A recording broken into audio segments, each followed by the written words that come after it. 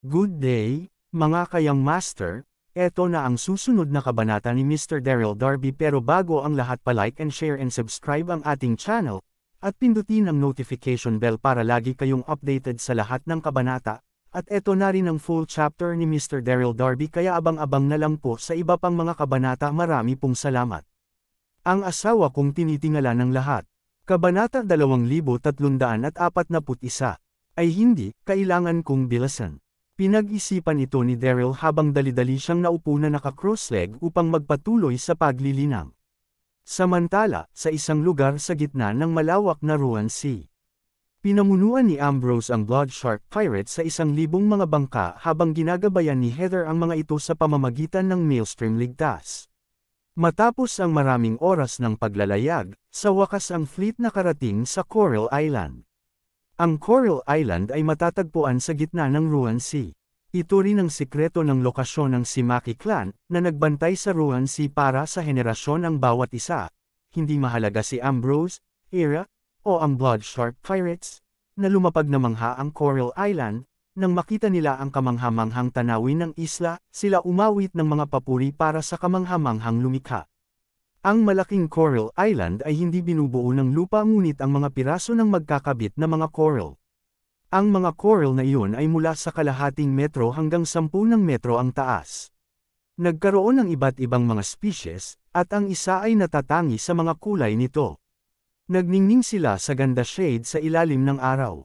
Ang Simaki clan ay nanirahan sa isang malaking shell na itinayo sa tuktok ng isang kolonya ng mga coral. Mula sa isang distansya, ang istruktura ay mukhang tuwid mula sa isang engkanto ng kwento. Napakaganda dito. Nabighani si Era habang binubulalas ang kanyang paggalang. Si Ambrose ay namangha rin. Sinabi niya kay Heather, hindi ko inaasahan ang ganoong magandang lugar na umiiral sa gitna ng Rowan Sea. Ito ay simpleng paraiso. Sumabog si Heather sa isang tawa ng tawa. Pagkatapos, sinabi niya kay Ambrose, ito ay kung saan tayo ay nanirahan ng maraming henerasyon. Espesyal ba ito ang iyong bahay ay nasa mainland? Ibang-iba sa dito. Si Heather ay lumaki sa isla, hindi pa siya nakapunta sa mainland, kaya siya naisip ang lahat ng mga tao ay nabuhay ng katulad. Mahinang ngumiti si Ambrose at sinabi, syempre, ibang-iba ito. May mga palasyo sa mainland at kamangha-manghang mga gusali.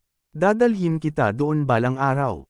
Ma'am. Tumango si Heather at sa kamarahang sinabi, dapat kayong dalawa sumama sa akin upang makita ang aking ama. Gayunpaman, ang iyong mga nasasakupan ay kailangang maghintay dito. Ang dagat ng Maki clan hindi karaniwang pinapayagan ang mga tagalabas na pumasok sa aming tirahan. Ang misyon ni Ambrose ay upang makuha ang Donahue sa lalong madaling panahon, ngunit dahil siya nabigo na gawin, iyon at nagtapos sa tirahan ng Simaki clan, nagpasya siya upang gumaling sa Coral Island. Sa parehong oras, nais niyang bisitahin si Heather ama, ang head of Simaki clan. Masayang sumang-ayon si Heather, ngunit hindi niya nakalimutan ang mga patakaran ng clan ng Simaki. Sumang-ayon dito si Ambrose, iginagalang niya ang patakaran. Heather, nagtanong si Era dahil sa pag-usisa, wala bang ibang tao na narito para sa huling libu-libong taon? Ngumiti si Heather, dadaan ka sa Maelstrom upang makarating dito. Kahit na ang mga may karanasan na mga pirata ay nabigo upang maipasa ang balakid, kaya kaunti lamang ang nakapagtapos upang gawin ito dito. Sasabihin ko na kayong dalawa ang unang nakatanggap ng isang paanyaya sa libo-libong taon. Biglang may naisip si Heather at pinalakpak ang mga kamay. Ay, tama, ilang araw na ang nakakalipas, ang aking ama ay nagligtas ng ilang mga tao mula sa mundo ng mga magsasaka. Ako narinig na nagmula sila sa kontinente ng World Universe. Baka makilala mo sila. Mula sa kontinente ng World Universe nagpalitan ng gulat na tingin sina Ambrose at Era. Ang mga mata ni Ambrose ay kumislap habang pinapaalalahanan ang isang bagay. Dali-dali niyang tanong ni Heather. Ano ang hitsura ng mga taong iyon? Ang Tucker Cult at maraming iba pang mga sekta ay nag-agaw ng mga bangka sa pangingisda mula sa mga sibilyan sa tabi ng dalampasigan ng Donghai City at nagpunta sa dagat upang makatakas sa giyera. Ito ba ang mga tao na binanggit ni Heather? Gayunpaman, may libu-libong mga tao mula sa maraming mga sekta. Ito ay imposible na may konting natitira lamang. Kabanata 2342. Nang mapansin niya ang mga seryosong ekspresyon ng magkapatid, ikiling ni Heather ang kanyang ulo at nagmuni-muni bago siya tumugon, ang mga taong iyon ay hindi bata. Isa sa kanila inaangkin na siya ay ang Tucker Cult Master, na isang taong napakatanyag sa World Universe Continent Watson Tucker. Kaya, sila ito. Umilo ang mga mata ni Ambrose habang nagmumura siya bago matapos ang pagsasalita ni Heather. Ang mga ito dumating ang mga bastard sa Rowan Sea. Anong pagkakataon hindi ko sila iiwanan kung ako makita sila? Nang pamunuan niyang Gian ang hilagang Mono Army at sinalakay ang World Universe Continent. Tucker Cult ni Watson at ilang iba pang mga sekta ay nagpasyang tumakas at hindi ipagtanggol ang kanilang bayan sa digmaan. Pagdating nila sa Donghai City, kinuha nila ang mga bangka ng pangingisda ng mga sibilyan isang ganap na kakilakilabot na kilos. Nakita sila Ambrose at Era, sinubukan nila ang kanilang makakaya upang pigilan si Watson at ang iba pa mula sa pagtakas kasama ang mga ninakaw na bangka, ngunit hindi sila matagumpay. Ambrose nanumpa na kung makikita niya muli sila, magtuturo siya ng leksyon sa mga taong iyon. Ginawa niya hindi inaasahan ang isang pagkakataon na darating sa lalong madaling panahon si Watson at ang iba pa ay nagkaroon lumitaw sa teritoryo ng Simaki clan. Galit na galit si Ambrose, ngunit medyo may pagkausisa din siya. Nagtataka siya kung paano si Watson at ang iba pang mga sekta na umaabot sa 10,000 mga tao ay mayroon lamang ilang mga lalaki na natitira. Nasaan ang natitira tulad ng pag-iisip ni Ambrose tungkol doon? Pinangunahan ni Heather ang daan patungo sa pinakamalaki paninirahan sa Coral Island. Katulad ng ibang mga gusali, ang tirahan ay gawa rin sa mga shell. 12-dosenang ng mga higanteng shell na may taas na ilang metro ay nakasalansan upang makabuo ng isang natatanging at kamangha-manghang istruktura. Mukhang simple, ngunit mukhang marangya at matikas. Mabilis na nag-trail sina Ambrose at Era matapos si Heather. Sa daan, nakita nila ang maraming tao mula sa Simaki clan. Lahat sila ay mga gwapong lalaki at magandang babae, at lahat sila ay binati si Heather magalang sa parehong oras, itinapon nila ang mga usisilyong nagtitinginan kina Ambrose at Era. Heather, bumalik ka na nang makalapit sila sa inilaan na tirahan, isang taong may sinaunang boses dahan-daang lumitaw, 100 tao ang sumabay sa kanya. Mayroon siyang puting balbas at mapula ang kutis, at nagsuot siya ng isang balabal na gawa sa kaliskis ng mga isda at mga balat ng mga hayop ng dagat. Mayroon din siyang kamangha-manghang aura. Ito ang ama ni Heather, si Hakon, ang pinuno ng dagat ng Maki clan. Si Hakon ay tumingin kay Heather ng buong pagmamahal, ang kanyang pagmamahal at pag-aalaga sa kanya ay ipinakita sa pamamagitan ng kanyang mga mata. Si Heather ay nakikipagsapalaran sa labas ng isang araw na ang nakakaraan, at hindi siya umuwi. Sabik na sabik si Hakon, at nagpadala siya ng maraming tao upang maghanap kay Heather, ngunit walang bakas. Tulad ng pagtawag ni Hakon sa angkan upang talakayin ang mga pamamaraan sa paghahanap, ang kanyang anak na babae ligtas at maayos ang bahay. Tuwang-tuwa si Hakon. Pare, sigaw ni Heather habang tumatakbo siya sa braso ni Hakon. Saan ka nanggaling mahinang tanong ni Hakon habang hinihimas ang buhok ng kanyang anak. Ngumiti si Heather at sinabi, isang masamang tao ang humabol sa akin, at patuloy akong lumalangoy lumayo ka sa kanya. Halos nasa hangganan ako ng Rowan Sea nang makilala ko ang aking tagapagligtas pinatay niya ang masamang tao at iniligtas ako.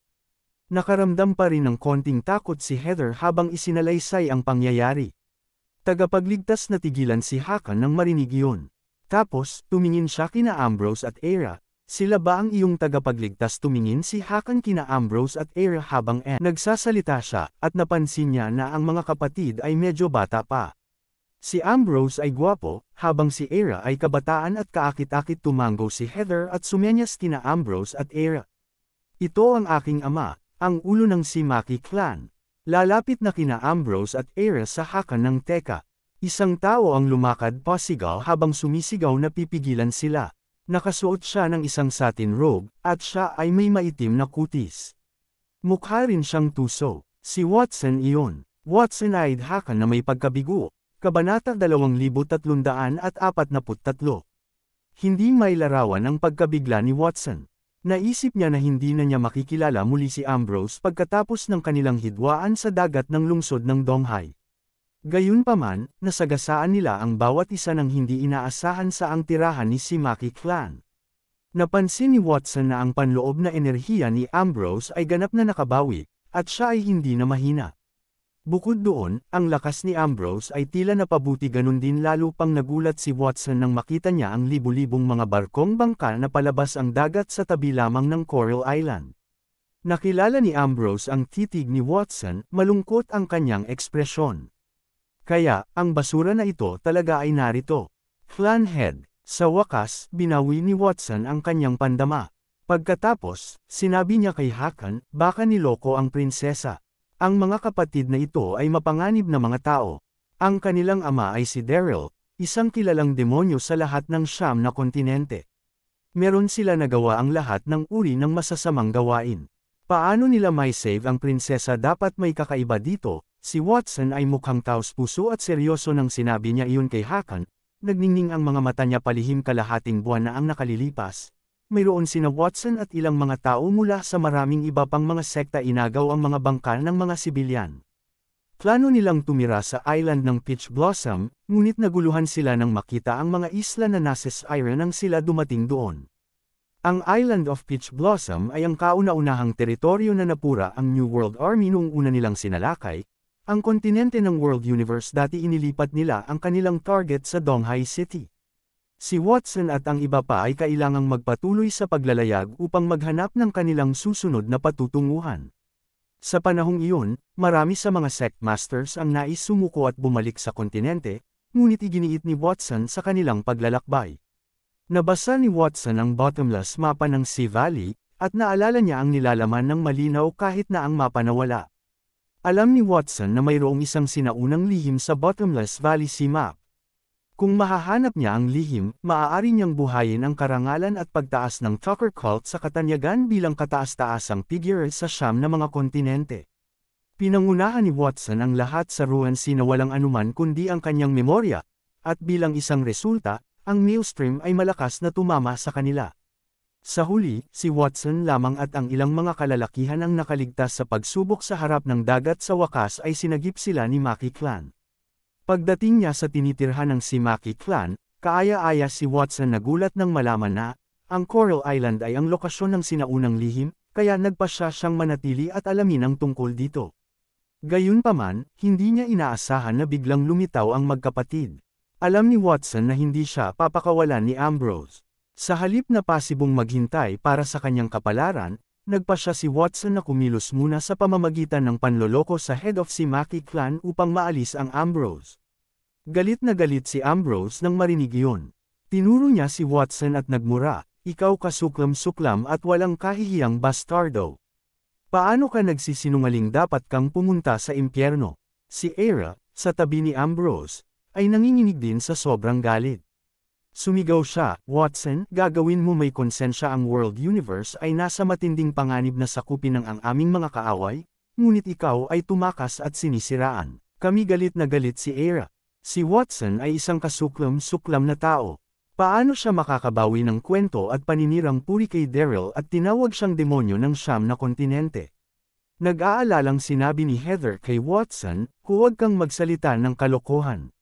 Mabuti silang tao. Hinugot ni Heather ang manggas ni Hakan at Dainpensa ang balisa ni Era at Ambrose.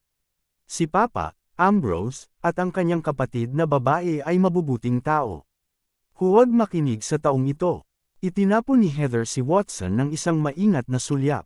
Nakikita niya sa pamamagitan ni Watson palihim na ugali. Alam niya na si Watson ay isang pagbabanta, at hindi siya papayag paninirang puri sa mga nakikinabang sa kanya. Tahimik na nakatayo roon si Hakan habang nakatingin sa mga kapatid. Siya ay walang ekspresyon at walang imak habang ginagawa niya iyon. Si Watson ay magaling magsalita, kaya nagawa niyang makuha ang tiwala ni Hakan sa loob lamang ng ilang araw. Sa makatuwid, naniniwala si Hakan kay Watson, ngunit nag-atubili siya nang makita niya ang kanyang anak na babae sa pagtatanggol sa magkakapatid, Kabanata 2344. Nabulabog si Watson. Head Clan. May naisip si Watson, at itinuro niya ang pangkat ng mga pirata sa malapit at masigasig na ipinaliwanag, ang mga kapatid na ito ay dapat na mga pirata. Kung sila ay mabuting tao, paano sila makakasama sa mga pirata? Si Princess ay bata pa, at mabait siya, na nagpapaliwanag kung bakit madali siya niloko. Head Clan, hindi ka maaaring mahulog sa kanilang bitag.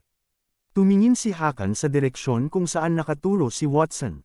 Ang mukha ni Hakan ay nagbago habang ang galit ay pumasok sa kanyang mga mata nang makita niya ang dugo-pitong pirates. Naisip ni Hakan na maswerte na matalim ang mata ni Watson. Kung hindi man, siya maniniwala sana sa mga salita ng kanyang anak na babae at akayin ng mga kaaway sa kanyang tirahan. Napatingin si Hakan kay Ambrose at malamig na nag-order, ibaba mo. Whoosh! Whoosh! Maraming makapangyarihang mga elite ng Simaki clan ang singil sa mga kapatid. Phew! Huminga si Ambrose ng isang mahabang paghinga, hindi naman siya nabulabog. Ang kanyang pag-unawa sa larangan ng paglilinang ay napabuti sa panahon ng kanyang panahon sa dagat, at ang kanyang panloob na lakas ay napabuti din. Ngumiti ng mahina si Ambrose sa papalapit sa mga elite ng Simaki clan at sinabing, hindi kayong katugma ko. Isang yabang na bata. Mayroon kang isang wish sa kamatayan. Tumigil ka sa pagmamayabang. Bilasan mo at sumuko ka na. Maraming makapangyarihang mga elite ng Simaki clan ang labis na inis kay Ambrose. Hinugot nila ang kanilang mga sandata at itinutok ang puso ni Ambrose. Umiling si Ambrose. Aliwin kita dahil gusto mo ng away. Alam niya yon ang mga elite na iyon ay pawang mga martial emperor, ngunit hindi siya natakot dahil siya nagkaroon ng Tyrant Hammer. Boss! Ipinatawag ni Ambrose ang kanyang Tyrant Hammer, at sa isang iglap, marilag na panloob kumalas ang lakas mula sa kanyang katawan. Marami sa mga makapangyarihang Simaki clan ang nakadama ng malupit na puwersa na bumagsak sila. Nagulat sila nang nawala ang kanilang balanse sa hangin. Tutulungan kita. Ginuhit ni Watson ang kanyang mahabang espada at sumali sa laban nang wala pag-aalangan magkakagulo ang plano niya kung nabigo siyang makuha ang magkapatid. At saka, si Watson ay hindi nais na sumuko noon. Ginugol niya ang huling mga araw nagsisiyasat, at malapit na niyang alamin ang katotohanan tungkol sa misteryo. Sumali si Watson sa labanan, at ang kanyang pagkilos ay nagpalakas sa moral ng Simaki clan. Kinubkob nila si Ambrose, at isang matinding labanan ang sumiklab. Walang hiya ka, paano mo masasamantalahan ang aming kasawian? Sigaw ni Era. Tinapik niya ang kanyang mga daliri sa coral at ginamit ito upang itulak ang sarili sa hangin at papunta mismo sa larangan ng digmaan. Ang mga numero mula sa dalawang panig ay nakakulong sa pagitan ng bawat panig sa hangin sa gitna ng pinainit na labanan, mahirap makasabay sa mabilis na mga pagbabago. Maraming tao mula sa Simaki clan ang nagtipon-tipon upang manood ng malaking pagtataka. Pare, ang malabo na Heather ay nakiusap kay Hakan. Huminto sila sa pag-aaway. Gayunpaman, nakatingin si Hakan sa mabangis na labanan sa gitna ng hangin ng tahimik siya hindi pinansin ang hiling ni Heather. Kapatid, mahigpit na hinawakan ni Era ang kanyang mahabang espada at sinigawan si Ambrose, haharapin ko ang dagat na ito Maki clan, magpatuloy ka at mahuli mo si Watson. Itinampok ni Era ang kanyang mahabang tibak at pinagsama ang kanyang panloob na lakas habang nakaharap siya ilang mga elite ng Simaki clan. Ma'am! Tumango si Ambrose bago siya lumingon at dumiretso kay Watson. Si Ambrose ay hindi mapagpasyahan noong nakaraan, ngunit naniniwala siya sa lakas ng kanyang kapatid na babae upang hawakan ang mga elite ng Simaki clan, Kabanata 2345. Heaven-breaking sword. Ang mga salitang iyon ay nakatakas sa namumulang labi ni Era malamig. Boss! Ang isang malakas na pagtaas ng lakas ay agad na nakakubkob sa pagitan ng langit at lupa. Pagkatapos, isang nakasisilaw na anino ng tibak ang lumitaw at dumiretso patungo sa dagat mga elite ni Maki clan. Ang Heaven-breaking sword ay isang diskarte sa espada sa Immortal Pure banal na kasulatan. Ito ay mas malakas at sa isang mas mataas na larangan kaysa sa pagliko ground sword na itinapon ni Era. Bang! Bang! Bang! Ang mga elite ng Simaki clan ay nahuli, at ang mga anino ng espada agad na kinubkob ng mga ito. Naramdaman nila na ang lakas sa kanilang katawan ay nakaharang, at sa parehong oras, ang kanilang katawan ay nanginginig bago sila ay nahulog mula sa mahusay na taas. Si Era ay hindi pumasok para sa pagpatay. Pinigil niya ang lakas ng diskarteng espada dahil ayaw niyang saktan ang mga taong iyon mula sa Simaki clan. Sobrang cute ni Heather. Paano mapapatay ni Era ang kanyang mga tao gasp? Maraming tao mula sa Simaki clan ang humingal nang makita ang mayroon nangyari. Napakalakas. Ang batang babae na ito ay nasa edad 17 o 18, Di ba kamusta kaya siya makapangyarihan, sumimangot si Hakan. Ang kanyang mga kalalakihan ay natitirang mga elite sa gitna ng mga mas batang henerasyon ng Simaki clan, ngunit hindi sila tugma sa isang batang babae. Si Heather naman ay natuwa. Naisip niya na ang kanyang tagapagbigay kamangha-manghang kapatid, nangako siyang magsasanay at magsasaka ng mas mabuti sa hinaharap at maging mas mapaglaruan. Samantala, ikinandado ni Ambrose ang kanyang target kay Watson, at sinabi niya, "Watson, ikaw ay tulad ng isang hindi matapat, kasuklam-suklam at walang kahihiyan na tao. Paano mo gusto mamatay, boss?" Nagpakawala si Ambrose ng isang malakas na hininga ng aura na nagyayelong sa hangin. Pagkatapos, itinaas niya ang kanang kamay at sinaktan si Watson ng isang suntok. Si Ambrose ay hindi pa gumagamit ng Tyrant Hammer. Akala niya hindi si Watson karapat-dapat na matamaan ng mabigat na sandatang iyon. Mabilis na gumalaw si Ambrose, at siya ay nasa harap ni Watson sa isang iglap ng isang mata. Gas! Ang bilis na gulat si Watson nang makita ang bilis ng kidlat ni Ambrose. Wala siyang oras upang yumigtad, kaya't itinaas niya ang isang palad at naghanda upang batiin ang atake ni Ambrose. Si Watson ay mapagbantay, ginamit niya ang kanyang buong panloob na lakas upang labanan ang pag-atake. Bang! Ang kamao ni Ambrose ay tumama sa palad ni Watson, at naramdaman ni Watson ang isang malakas na agos ng lakas sumugod sa kanya iyon. Napaungol siya at umatras ng isang dosenang hakbang. Ang dugo sa naghiwa ang kanyang katawan, at nagpumiglas siyang huminga. Naisip ni Watson na ang lakas ni Ambrose ay napakasindik. Gayunpaman, si Watson ay bahagya na may parry ang kanyang atake. Nagulat siya na may isang taong wala pang 20 taong gulang ay maaaring magkaroon ng tulad lakas, hindi ba't siya ay lalong nakakatakot sa ang kinabukasan. Labis na takot si Watson. Tahimik na yumandar si Ambrose sa kalagitnaan ng hangin, at nagsuot siya ng malungkot na hitsura. Siya ay kaunti nagulat nang matuklasan na si Watson ay hindi mahina. Gayunpaman, ang tao ay pumili upang makatakas mula sa gyera sa kontinente ng World Universe. Kinaway ni Ambrose ang Tyrant Hammer sa kanyang kamay. Sa sandaling ang Tyrant Hammer ay nagpakita, ang paligid ng hangin marahas na pangbaluktot. Maraming tao mula sa Simaki clan ang nagulat. Sila ay labis nag-aalala para kay Watson. Itinaboy ng binatang ito si Watson sa isang suntok lamang, at pagkatapos ay nakuha niya ang kanyang sandata. "Natatakot ako na nasa panganib si Watson." Ang espiritu ng pakikipaglaban ay tumagos mula sa katawan ni Ambrose, at may malamig na pawis na may balot noo ni Watson. Mabilis na humugat ang lalaki upang manatiling alerto. O hindi, gagamitin na sana ni Ambrose ang Tyrant Hammer. Natakot si Watson na kaya niya hindi titigil ang atake. "Watson, ang katotohanan na makakakuha ka ng isang suntok sa akin ay nagpapatunay na hindi ka mahina na napakakaya mo sa larangan ng digmaan, ngunit pinili mong tumakas." Simpleng nahiya ka sa mga nagtatanim, malamig na sinabi ni Ambrose.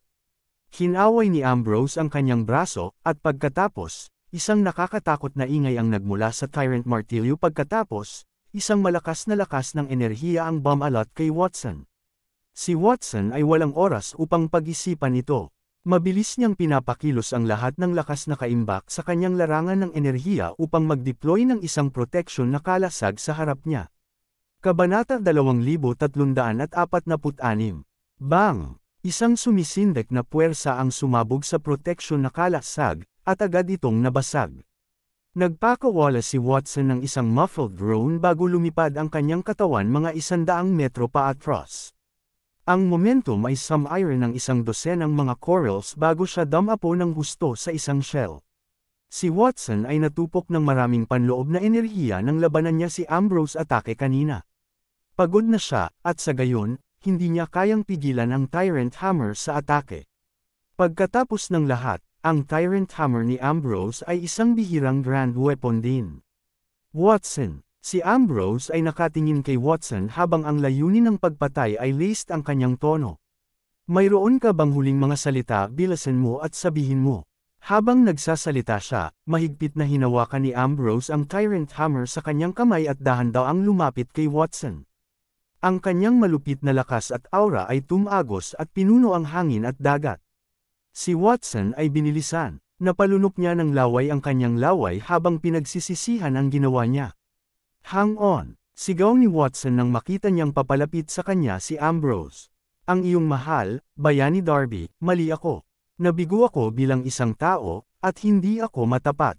Mangyaring magpatawad ako, patawarin mo ako. Hindi inakala ni Watson na laluhad siya bago si Ambrose at humingi ang kanyang awa, ngunit wala siyang pagpipilian. Si Ambrose ay masyadong malakas. Kung tumanggi si Watson aminin ang pagkatalo, pagkatapos ay mawawalan siya ng kanyang buhay. Tumawa si Ambrose. Hindi siya tumigil, nagpatuloy siya sa paglapit kay Watson. Pwede nating iwanang buhay ang dumi na ito. Mas mabuting mawala siya sa kanya. Hero Darby, Young Master Darby, nagpanik si Watson, nagpatuloy siya sa kawtaw upang makiusap para sa kanyang buhay. Para sa kapakanan ng aking paglilingkod para sa iyong ama, mangyaring patawarin ang aking buhay. Si Hakan, na tahimik at malamig, ay nagsabi, Young man, since Watson has inamin ang kanyang pagkakamali, bakit hindi mo siya bibigyan ng pagkakataon? Tinapon ni Hakan si Watson ng isang malamig na sulyap, walang-wala ng kagalangang ipinakita niya kanina. Bilang pinuno ng Dagat Maki Clan, nakita ni Hakan na mayroon si Watson gawa-gawa ng kwento niya. Galit na galit si Hakan nang mapagtanto niyang naging siya niloko gayunpaman, kailangan niyang humakbang habang ang dalawang tagalabas ay nakikipaglaban sa kanyang teritoryo. Sinabi ni Heather, kapatid na Ambrose, kahit na ang taong ito ay kasuklam-suklam, ngunit marahil pwede mo siyang i-extrang. Sinuso, nod ng si Maki Clan ang panuntunan ng aming ninuno kung saan tayo hindi maaaring pumatay sa aming teritoryo. Huminto si Ambrose sa kanyang mga track, nag-aalangan siya matapos marinig ang sinabi ni Heather, si Watson ay masyadong kasuklam-suklam. Dapat ko ba siyang patawarin, kapatid? Dahan-daang lumakad si Aira kay Ambrose. Sumulyap siya kay Watson at marahang sinabi, nilinaw ni Heather ang kanyang hangarin. Hayaan nating mabuhay siya sa ngayon. Tapos, may naisip si Aira. Sinabi niya, ang sitwasyon sa mainland ay dapat maging napakapanahunan ngayon. Kailangan natin ng sobrang mga kamay. Hayaang bayaran natin siya para sa kanyang mga kasalanan kung kailan bumalik na kami sa mainland. Malamig na tumingin si Ambrose kay Watson. Naririnig mo yun, tinitipid ko ang iyong buhay ngayon dahil kay Heather. Mula ngayon, susundin mo ang aking mga order. Magpapakita ako ng hindi awa kung sumalungat ka sa aking kalooban. Oo, tumutulo si Watson ng malamig na pawis, paulit-ulit siyang tumango. Gagawin ko magbigay ng kontribusyon sa mainland, at hindi na ako tatakas muli. Hindi pinansin ni Ambrose si Watson. Inilayo niya ang kanyang Tyrant Hammer at naglakad papunta kay Aira. Si Ambrose ay pumutok ng isang mahinang ngiti at sinabi kay Hakan, ikinalulugod kong makilala ka, ulo ang kan. Tumango si Hakan at ngumiti ng nakakahiya. Pareho kayong mga batang bayani, talaga salamat sa pagligtas ng aking maliit na babae. Humihingi ako ng paumanhin para sa pagiging mapanakit ngayon lang. Ngumiti si Ambrose. Walang alalahanin, Head Clan. Pagkatapos, inanyayahan ni Hakan ang mga kapatid sa isang piging. Sumunod si Watson sa Servilelli, wala ng kanyang pagmamataas bilang isang master ng sekta. Nalaman ni Hakan ang tungkol sa kung ano ang nangyari pagkalipas ng halos kalahating oras, siya ay galit na galit damit, so Donahue was the one who was managing and assault Heather. Isusugo ko ang aking mga tao upang makipagtulungan sa iyo upang ituloy siya. Kabanata 2347. Tumango si Ambrose. Salamat, nakahinga ako nang marinig ang katiyakan mo, Head Clan.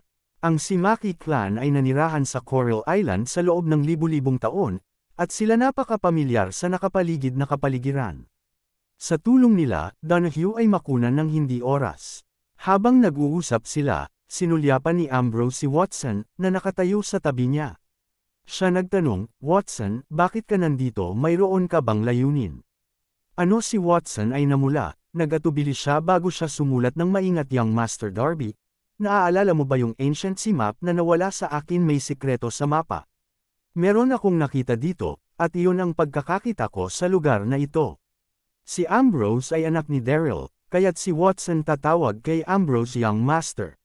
Lihim, natigilan si Ambrose. Nakipagpalitan siya ng tingin kay Aira bago niya makuha ang mabilis na walang mapa ng dagat ng lambak.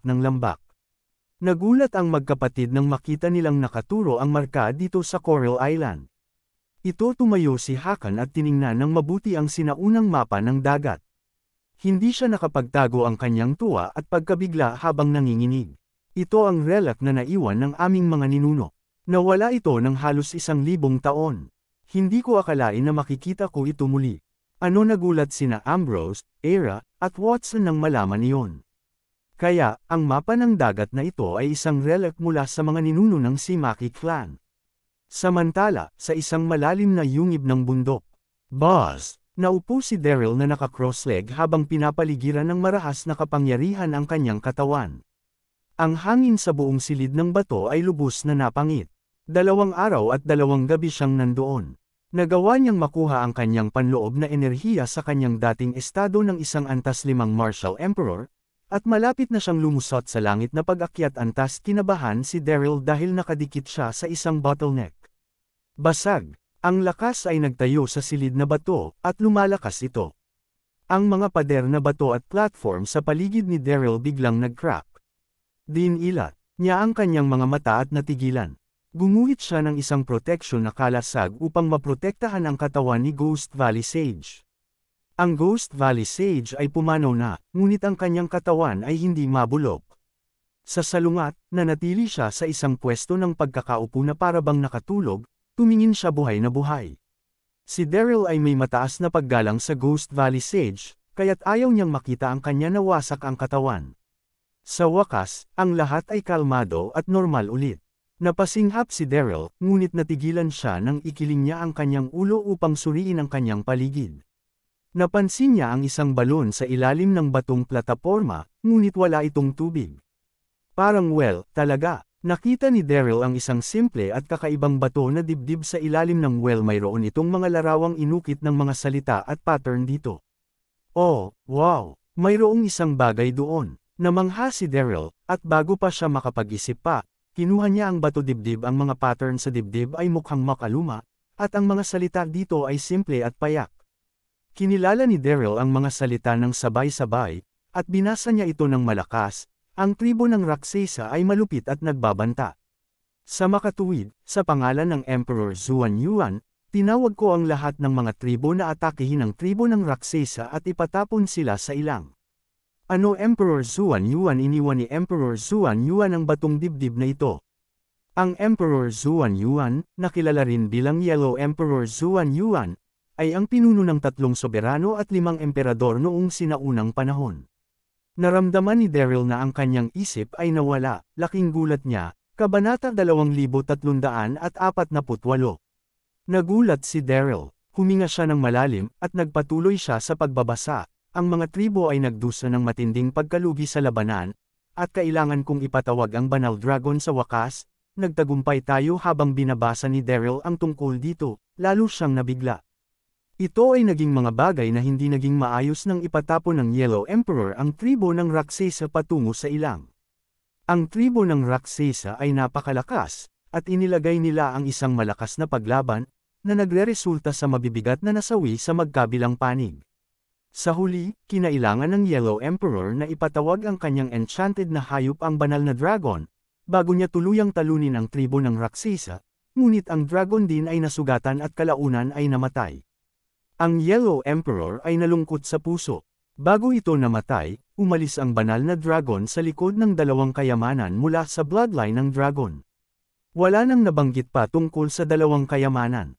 Matapos niyang mabasa ang mga salitang inukit sa bato na dibdib, alam ni Daryl na ang 2 mga kayamanan ay nauugnay sa linya ng dugo ng banal na dragon. Ang dilaw na Emperor iniutos para sa 2 kahon ng bato na gagawin upang mapanatili ang pagkakahiwalay ng mga kayamanan. Isa sa ang mga kahon ay naiwan sa yungib malapit sa Chaotic Mountain Range, kung saan si Daryl ay. Ito ay inilagay doon upang bantayan ang bulubundukin. Tungkol naman sa ibang kayamanan, iniabot ito ng Yellow Emperor sa isang tribo at pinadalhan sila patungo sa malawak na dagat upang maitakda ang kayamanan sa dagat upang maisil ito doon. Sa ganoong paraan, ito ay posible upang mapanatili ang aura ng kayamanan. Ang mga salita sa dibdib na bato ay nagtapos sa, at binasa ito ni Daryl, hanggat nahanap mo ang 2 kayamanan, maaari mong i-unlock ang pinakamalakas na kapangyarihan na minana mula sa banal bloodline ng dragon. Maari mong itaboy ang tribo ng Rakshasa kung sila ay bumalik sa Siyam na kontinente at saktan ang mga tao. Naramdaman ni Daryl na ang boss ng kanyang utak matapos niyang matuno ang impormasyon. Siya ay nasasabik ito ay tulad ng inaasahan mula sa Yellow Emperor Zuan Yuan, na kung saan ay isang mahusay na strategist. Alam niya na ang tribo ng Rakshasa ay babalik sa Chaotic Mountain sa Klaw isang araw at magdulot ng kaguluhan doon, kaya't sadya niyang naiwan ang isang bagay. Ang linya ng dugo ng banal na dragon. Totoo ba ito? Ang mga dragon ay mayroon libu-libong taon na ang nakakaraan, ngunit nawala sila mula sa Siyam na kontinente. Ito ay dahil sa mabangis na laban sa tribo ng Rakshasa na pinuntahan ng mga dragon na poona. Nanginginig ang mga kamay ni Daryl habang iniisip ang lahat ng mga posibilidad. Binuksan niya ang bato na dibdib. Gas! Sa sandaling buksan niya ito, natigilan si Daryl nang makita ang mga nilalaman sa loob nito. Siya gumuhit sa isang matalim na hininga ng malamig na hangin. Mayroong isang malinaw na kristal na butil sa bato na dibdib, at ang butil ay ang laki ng kamao. Kuminang ito sa isang makulay na ningning. Nararamdaman ni Daryl ang mistisong aura ng langit at lupa dito. Ang mystical aura ay mas makapal at mas malakas kaysa sa naramdaman ni Daryl. Ito nga napakadalisay umungal. Sa sandaling hawakan niya ang bead sa kanyang kamay, narinig ni Daryl ang tunog ng dragon dagandong mula sa core ng bead. Iyon ba ay isang dagandong ng isang dragon? Natigilan si Daryl sa lugar habang nakatingin sa butil sa kanyang kamay. Hindi niya alam kung siya nasasabik o nagulat. Tapos, may bigla siyang napagtanto. Ang bead ay isang Dragon Ball. Naglalaman ito ng kakayahan ng banal na dragon. Malinaw na, ito ang kakayahan ng banal na dragon na pagmamay-ari ng dilaw na emperor. Tumawa si Daryl. Bakit siya matatakot sa tribo ng Rakshasa na mayroon siya doon? Si Daryl ay nasasabik at natuwa. Pagkatapos, naalala niya ang iba pang kayamanan. Siya ay natagpuan ang isa sa dalawang kayamanan, ngunit saan ang isa pa? Napakalinaw ng mga salita sa bato na dibdib. Isa pang kayamanan ang nakuha sa dagat. Nagtataka si Daryl kung paano niya ito hahanapin sa malawak na karagatan. Bulong ni Daryl sa sarili. Pagkatapos, nagpasya siyang ihinto ang pag-iisip tungkol dito at ilagay ang Dragon Ball ang layo. Umupo ulit siya ng cross-legged at ipinagpatuloy ang kanyang paglilinang. Ang kanyang prioridad ay ang pagtagos sa antas ng langit na pag-akyat sa lalong madaling panahon posible at pagkatapos ay labanan ang pag-atake mula sa tribo ng Rakshasa. Para naman sa pangalawang kayamanan, makakahanap siya ng solusyon sa paglaon. Boss! Hindi nagtagal, pumasok si Daryl sa estado ng paglilinang, at kumalat ang isang alon ng malupit na lakas labas ulit. Nakakakilabot ito, samantala, sa paanan ng Chaotic Mountain Range. Sinubukan pa ring labanan ng Union Army at ng North Mona Army na labanan ang mga kaaway desperadong pagsalakay. Ang labanan ay naging mas matindi at mabangis. Bang! Bang! Bang! Ang mabangis na labanan sa pagitan ng Yang Jian at ng Rakshasa King ay nagpatuloy sa kalagitnaan ng hangin. Ilang oras na silang nag-aaway. Gayunpaman, nabigo ang hari ng Rakshasa upang sugpuin si Yang Jian. Katulad nito, hindi rin nagawang talunin ni Yang Jian ang Rakshasa King. Ang Rakshasa King ay ang pinuno ng talento sa kasaysayan ng Rakshasa tribo. Siya ay hindi kapanipaniwala likas na matalino sa paglilinang. Halos maabot na niya ang makadiyos antas ng realm. Gayunpaman, ang Grandmaster Erlang Yang Jian ay kapansin-pansin din magsasaka. Mula nang siya ay maging ang North Mona Emperor, marami siyang kinuha kayamanan mula sa Howie's Underground Treasure Chamber, at ang kanyang lakas pinalakas. Hindi siya dapat maliitin. Pareho silang gumawa ng kanilang makakaya upang maprotektahan ang kanilang pangingibabaw sa kanilang mga teritoryo, Kabanata 2349. Lakas mo talaga. Ang Rakshasa King ay lumagay sa gitna ng hangin. Siya ay titig na titig kay Yang Jian habang malamig na sinabi niya, gayunpaman, sa kalaunan ay gagawin mo mamatay sa ilalim ng aking espada. Pagkatapos, gagamitin ko ang iyong ulo bilang isang basong alak sa pagdiriwang ng pagdiriwang. Boss! Itinaas ni Rakshasa King ang kanyang sword. Hatol ng mabuti at masama. Boss! Binago ng mundo ang kulay nito sa huling salita ng utos. Makulimlim na ulap. Nabuo sa langit, binago nito ang kalangitan ng mas madilim at mas madilim sa isang iglap. Basag! Ka! Agad pagkatapos, isang malakas na ingay ang narinig ng masa ng itim na hamog na ulap nagtipon sa paligid ng hari ng Raksesa. Ang maitim na ambon ay naglalaman ng labis marahas at masamang kapangyarihan. Bigla, bumagsak ang temperatura sa pagitan ng langit at lupa. Ang mga sundalo mula sa parehong North Mona Army at Union ay nakaramdam ng lamig, at nagpapanik sila. Ang pamamaraan ng paglilinang na isinagawa ng tribo ng Raksesa ay ibang-iba mula sa siyam na kontinente. Ang tribo ng Raksesa ay nanirahan sa isang mahirap kapaligiran sa ilang. Sa makatuwid, ang kapangyarihan mula sa kanilang paglilinang ay sobrang brutal. Inilahad ng Raksesa King ang lahat ng kanyang lakas, at binago ito ng mundo ng kulay. Boss, di nagtagal, ang mga masasamang puwersa na nagtipon ay naging mas malakas, at ang lakas pinalipad ang buhangin at gamulong ang mga maliliit na bato. Isang malaking itim na anino ang nakakulong harap ng Raksesa King, ito ay isang mabangis na hayop na ganap na nabuo ng kasamaan lakas. Ilang daang metro ang taas nito na may pulang dugo ang mga mata at pangil. Ito ay isang nakakatakot na paningin. Gas! Napabuntong hininga ang North Mona Army at ang Union Army nang makita nila ang higanteng hayop. Nag-aalala sila para kay Yang Jian. Ang Raksesa Army, sa kabilang banda, ay nasa sabik, at nagsaya sila. Si Yang Jian ay solemn na habang nakaharap sa nakakatakot na hayop. Ang kanyang mga mata ay nagsiwalat ang kanyang emosyon ng pag-iingat at pagiging seryoso. Hindi ganoong kadali ang pagpatay sa akin, salbaha ka. Malamig na inaangkin ni Yang Jian. Pagkatapos, ipinakita niya ng buo ang kanyang panloob na enerhiya at nabuo ang isang bola ng gininto ang ilaw sa paligid ng kanyang katawan. Si Yang Jian ay mayabang na tumayo sa hangin sa ilalim ng gintong bola ng proteksyon ng ilaw, mukha siyang isang Diyos na nagmula sa langit. Pumunta sa impyerno, ang Raksesa King ay hindi nag-aksaya ng oras sa kalokohan. Mapaungol siya nang ang napakalaking itim na hayop ay dumiretso sa Yang Jian. Boss! Si Yang Jian ay walang takot, sumigaw siya, pagkalipol. Iyon ang pinakamakapangyarihang pamamaraan ni Yang Jian. Hindi niya ito ipinakita para sa libu-libong taon, ngunit sa araw na iyon, kailangan niyang gampanan ng pamamaraan tulad niya humarap sa makapangyarihang hari ng Raksesa. Shock ang gintong ilaw sa paligid ng Yang Jian ay sumama sa tri-point double-edged saber, at bumaril ito palabas. Lumilitaw itong lubhang nakasisilaw sa madilim na mundo. Boom! Sa susunod na segundo, isang gintong sinag ng ilaw ang malakas na sumabog sa napakalaking itim na hayop, at sumabog, ang nakakakilabot na enerhiya sumaklaw ito sa isang radius ng ilang daang kilometro. Ang lugar ay natakpan ng gintong ilaw, itim hamog, at alikabok. Boom! Ang marahas na hininga ng aura ay pumulsa, at sanhi ito ng Chaotic Mountain sa klaw upang iling at pagbagsak. Pagkatapos, ang bagyo ay umugang, at magma sumabog o. Ang mga hukbo sa magkabilang panig ay natigilan. Napakalakas, masyadong malakas. Ang dalawang pinakamalakas na suntok ay gumuho sa magulong mountain range. Bang! Bang! Si Yang Jian at ang Raksesa King ay nakikibahagi sa isang tunggalian sa gitna ng ulap ng alikabok gayunpaman, kapwa sila pagod, at sa wakas, pareho silang nahulog ang mga labi ng Chaotic Mountain Range. Ang mga lugar ng pagkasira ay may itim na ulap, nagngangalit na magma, at mga bagyo. Napabalikwas ang lahat. Matapos silang bumalik sa kanilang kamalayan, sila napagtanto na nawala sa kanilang paningin ang Raksesa King at Yang Jian.